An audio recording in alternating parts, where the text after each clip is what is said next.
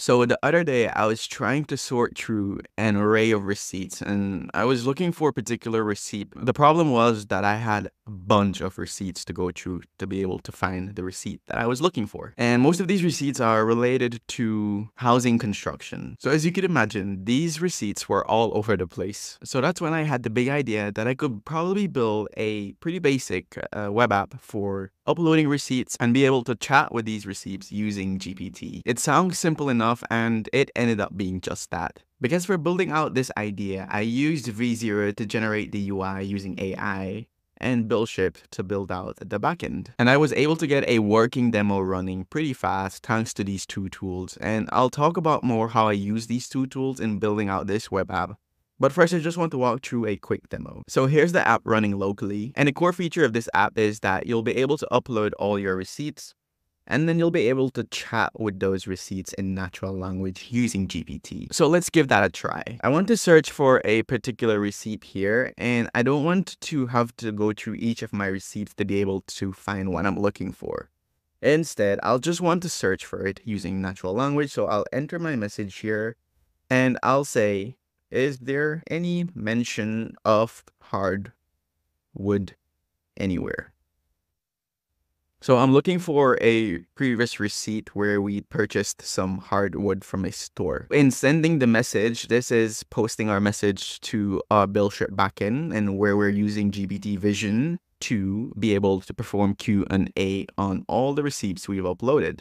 Great, so after a short while, we get back a response from our backend, or I should say from GPT. It's telling us, yes, there is a mention of hardwood in one of the images provided, and the receipt from Palma Lumber and Supplies list selected hardwoods. It then goes on to tell us the overall total, which is $561. And of course, we can further verify this by trying to find that particular receipt.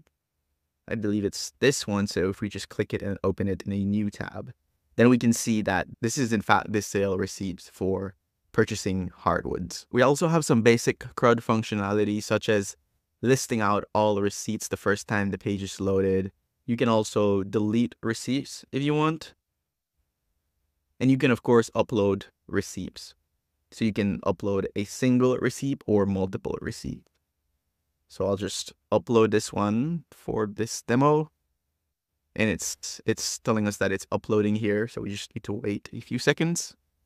After that, we get a little toast message that tells us all receipts uploaded successfully. So you can upload one or multiple if you want. And here's our new receipt. And that's it for the demo. Next, I'll go through a walkthrough of how I built this web app. First, I'll go through how I used V0 to generate this UI. And then I'll switch to the backend, which is powered by BuildShip, to show you how I built all the backend functionality for this web app in low-code style by using BuildShip's visual backend builder. But before I get started, I should mention that this will be more of a high-level walkthrough than a tutorial. If you're looking for an in-depth tutorial that shows you how you can use V0 to create a full-stack app from scratch and use BuildShip for the backend, then we already have a full video up on the BuildShip's YouTube channel that you can check out. First, I'll start with the UI, and for this, I used V0 from Vercel. If you're not already familiar with V0, it's a pretty cool service that Vercel offers for generating complete UI interfaces using AI. Here I am on V0, and at the top you'll find the prompt that I used to generate the UI. I receipts page that shows images of receipts in a grid and fixed to the bottom a chat input. So you can see that this is pretty similar to the final UI that I used. In the middle we have a grid of receipts, and at the bottom we have a text area input for which I can use to submit my messages. So just from a prompt, we're able to generate this fully completed UI. And if you're not satisfied with the result, then you can even edit the existing generation at the bottom here. I was actually doing that and trying to update the generation. So you can see here, the button for upload more receipts needs to be a more prominent location. It didn't really do a good job here. Here's some more generations. If I scroll down to the last generation here, you'll see the prompt that I have here is I need a chat list above the message input to show the message sent and the response. You'll notice that this piece of UI for the messages list is pretty similar to the one that I'm using. At this point, I was satisfied with the UI that V0 gave me and ready to start using this component in my own app. In V0 at the top, you can click code. And then this shows you all the auto-generated code for the UI component. If you have little to no experience with coding, you don't need to worry about any of this, because at the top, they give you a command that you can copy to inject this component into your Next.js project. If it's the first time you're hearing about Next.js, then don't worry too much about it, because it's just a front-end framework that you can use to create web apps. And since Next.js is built by Vercel, it integrates pretty nicely with V0. Back in V0, if you haven't set up a Next.js project yet, then you can, at the top here, click this info button. Then it'll bring you to this page where you can follow through all the steps to setting up a new Next.js project, and then finally initializing V0 in your project. And once you do that, you'll have a new Next.js project. After setting up my Next.js project, I just executed this command in my project to inject my receipts component. Notice at the top the comment that says this code was generated by V0 by Vercel. And there's a link here which will take you to the actual generation, which is this component. Once my UI was in place, the next thing I had to do was start to implement some of the functionality. The first functionality that I wanted to implement was the upload more receipts button. But I didn't want to have to write too much code for this, so what I did was I just used AI again. And this time I used Cloud to help me. So here's the message that I sent to Cloud. Of course, I pasted my code before that. And here I'm telling Cloud the upload more receipt button should allow a single image upload and post a multi-part form data to this endpoint. Ignore any typos or misspelling here. After that, Cloud generated some code for me, which I just copied into my project. And I repeated this step for all the functionalities I wanted my web app to have. For example, when the page is loaded for the first time, I wanted to fetch all the saved receipts from my API. So in Cloud, I just pasted my code, and then my message was, instead of hard coding receipts, fetch from this API endpoint. This is the live BuildShip API endpoint for listing all saved receipts. And then I just provided Cloud with a sample response from this API endpoint. And then it generated the code for me, and again, I just copied this code into my project. I repeated this step over again for the delete receipt functionality, as well as the core functionality for this web app, which is posting a question to a BuildShip workflow to perform Q&A on my receipts using GPT. At this point, my front end was coming along pretty well, but it was now time for me to start working on the backend. And of course, this beautiful front end that I generated with V0 would be nothing without a backend, because that's where all the logic resides for the features of this app. So now let's walk through the backend for this app. And for the backend, I'm using BuildShip. For anyone who's unfamiliar with BuildShip, BuildShip is a low-code visual backend builder that you can use to create powerful backend logic, all in low-code style, while being able to use AI to generate fully customized functionality. For me, using BuildShip was a no-brainer because I didn't want to have to worry about any of the infrastructure I'd need to set up for my API. I didn't want to have to worry about setting up a database, a storage solution for storing the images of my receipts. Instead, I just wanted to get straight to building my backend as quick as possible. And this is precisely where BuildShip excels. The API for my web app consists of multiple workflows. I have a workflow that handles uploading a receipt, listing all my receipts from my BuildShip database, deleting a receipt from my BuildShip database, and for the core functionality, which is chatting with my receipts using GPT Vision. First, let's go through the workflow that handles uploading a receipt. In BuildShip, I have this upload receipt workflow. The first node in this workflow is a trigger, and here I'm using the upload file trigger. This will allow me to post a file directly from my web app to BuildShip. This particular trigger will return some useful information about the file we upload, such as the original file name, the size of the file, the meme type, and the buffer, which contains the actual contents of the file. Ultimately, what we want to do is save that file in BuildShip storage. Every BuildShip project comes with its own storage bucket. But before doing that, I had to take into account a detail when working with the Vision API from OpenAI. On the official documentation site for the Vision API, we can see the list of supported file types here. But in my case, I downloaded a bunch of receipts that I took from my iPhone. That meant that most of these images were in this HEIC format, which isn't supported by the Vision API. So in my workflow, I'm using a branch node to conditionally handle when the type of the file being uploaded is equal to HEIC. Then when that's the case, what I want to do is convert the HEIC file to a JPEG. So I have this custom generated node here that converts an HEIC to PNG. Or actually the name here is incorrect. It should be HEIC to JPEG. So this is a custom node that isn't part of the existing BuildShip nodes library. And for this node, I use the generate with AI feature from BuildShip to generate it for me. This node takes as input the file buffer. And then if we look at the underlying code for this node, we can see that it's using the HEIC convert package to convert this node to a JPEG.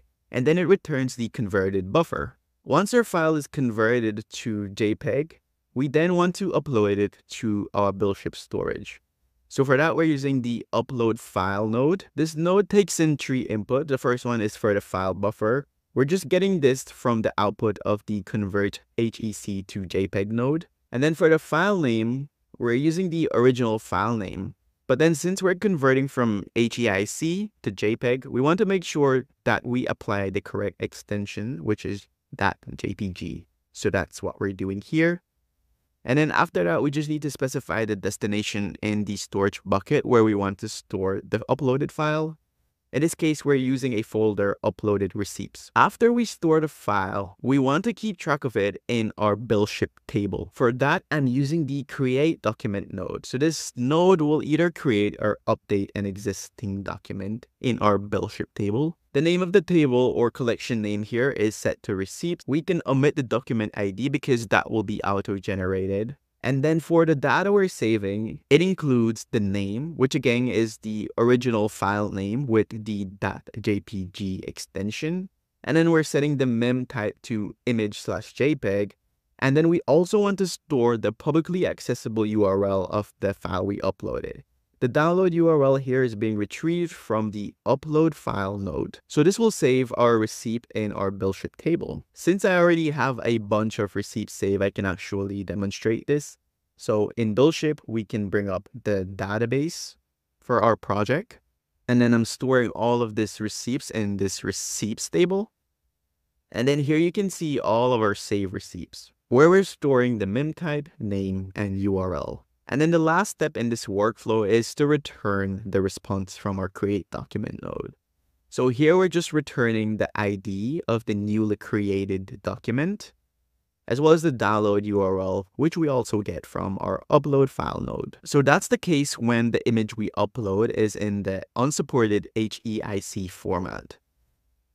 If it's not in that format, that means that we can just immediately upload the file without having to worry about converting it to a JPEG. In that case, we're just using the same upload file node. This time we're getting the buffer from the uploaded file directly. The same thing for the file name, which we're using as the original name returned from the file. And then we're storing it in the same upload receipts folder. After that, we're also saving the receipt in our database. And then our last step is to just return the ID of the newly created document and the download URL of the receipt. And that's how I'm handling uploading a new receipt. Next, let's look at what happens when we load the page for the first time and fetch all our saved receipts. When this happens, in BuildShip, the list receipts workflow is called. This workflow is using a different trigger though, this time the REST API call trigger. When we deploy this workflow, it gives us a publicly accessible API endpoint that we can call from our frontend to invoke the execution of this workflow. So the path of my API endpoint here is set to list receipts and the HTTP method is set to get. And as you can see, this workflow is pretty straightforward. The main node being used here is the collection query node. We're using this node to retrieve all the saved receipts from our database. First, we need to enter the name of the table we want to retrieve the data from. In this case, we're setting it to receipts. We can ignore filters. We can leave the default limit set to 100. And then we can omit the order by field. And then the last thing here we're doing in this workflow is returning the results from our collection query node. And one cool feature of BuildShip is that you can actually test the execution of this workflow to preview the response. To do that, you can go to test and just test workflow. Finally, we get back a response and we can expand this response. And then we can see that we get back an array of documents. We get back a unique ID and then a data object. And in this data object, we have the name of the image, the type of the image, and then the publicly accessible URL, which we can copy, open in a new tab to preview the receipt. And that's all there is to our list receipts workflow. Next, let's look at what happens when we delete a receipt from our front end. When we delete a receipt, my delete receipt workflow is called. This workflow is also using the REST API call trigger. This time the API endpoint is set to delete receipt, and we're using the HTTP delete method. The main node being used here is this delete document node. This node will delete an entry from our BuildShip table. It only expects two inputs. The first one is for the table name from which we want to delete the entry. In this case, we're setting it to the receipts table. And then we need to enter the ID of the receipt we want to delete. We're retrieving this value from request, query, ID. So we're expecting to pass the ID of the receipt we want to delete as a query parameter. And then finally, the value we're returning is the output of the delete document node. Now onto the main feature of our app, which is chatting to these uploaded receipts. So whenever we enter a message here and submit it in BuildShip, we'll be invoking this chat workflow. This workflow is also using our REST API call trigger. The endpoint is set to chat with receipts, and the method is set to post. The first thing we want to do in this workflow is to retrieve all our saved receipts from our table. For that, we're using the collection query node again. And then the table name we want to retrieve all the data from is set to receipts. We're doing this because next we want to pass all the URLs to GPT Vision so that we can perform Q&A on these images. This brings us to the multi-image GPT for Vision. This node is part of the OpenAI integration group. If we expand this group, you can see that there's a bunch of nodes relating to working with the OpenAI API, such as image generation, LLM extraction, and just basic text generation. In our case, we're using the multi-image GPT for Vision node. For the first input of this node, we'll need to enter our OpenAI API key. We're retrieving this value from BuildShip secrets, which is a good place for you to store all your fragile API keys. Next, we need to pass the question we want to ask. We're getting this value from the request body. And in the request body, we're expecting a message field to hold the question. And then finally, we need to enter the list of image URLs we want to perform Q&A on. We're looping through each of the documents returned from our collection query node, and then we're extracting and returning only the URL because that's all we need to pass to GPT Vision API. After the Vision node is executed, what we want to do next is return a response. If we look at the value we're returning here, we're returning the question we ask along with the answer that we get back from our GPT Vision node. And the end result is a functioning and useful web app that I can use to ask questions about my receipts. As I'm doing here, I need to know how much I spent for all my windows. My BuildShip backend then responds with any mentions of windows found in the uploaded receipts. And here's exactly what I'm looking for. Receipt from PJS for sliding windows with a total of $3,448. Absolutely amazing. And that's what the process looks like for building a fully functioning AI-powered web app using V0 for the front end and BuildShip for the backend. Let us know what you think in the comments, and don't forget to subscribe so that you don't miss out on any of the amazing BuildShip content coming soon. That's all for this video. Until the next one, happy BuildShipping!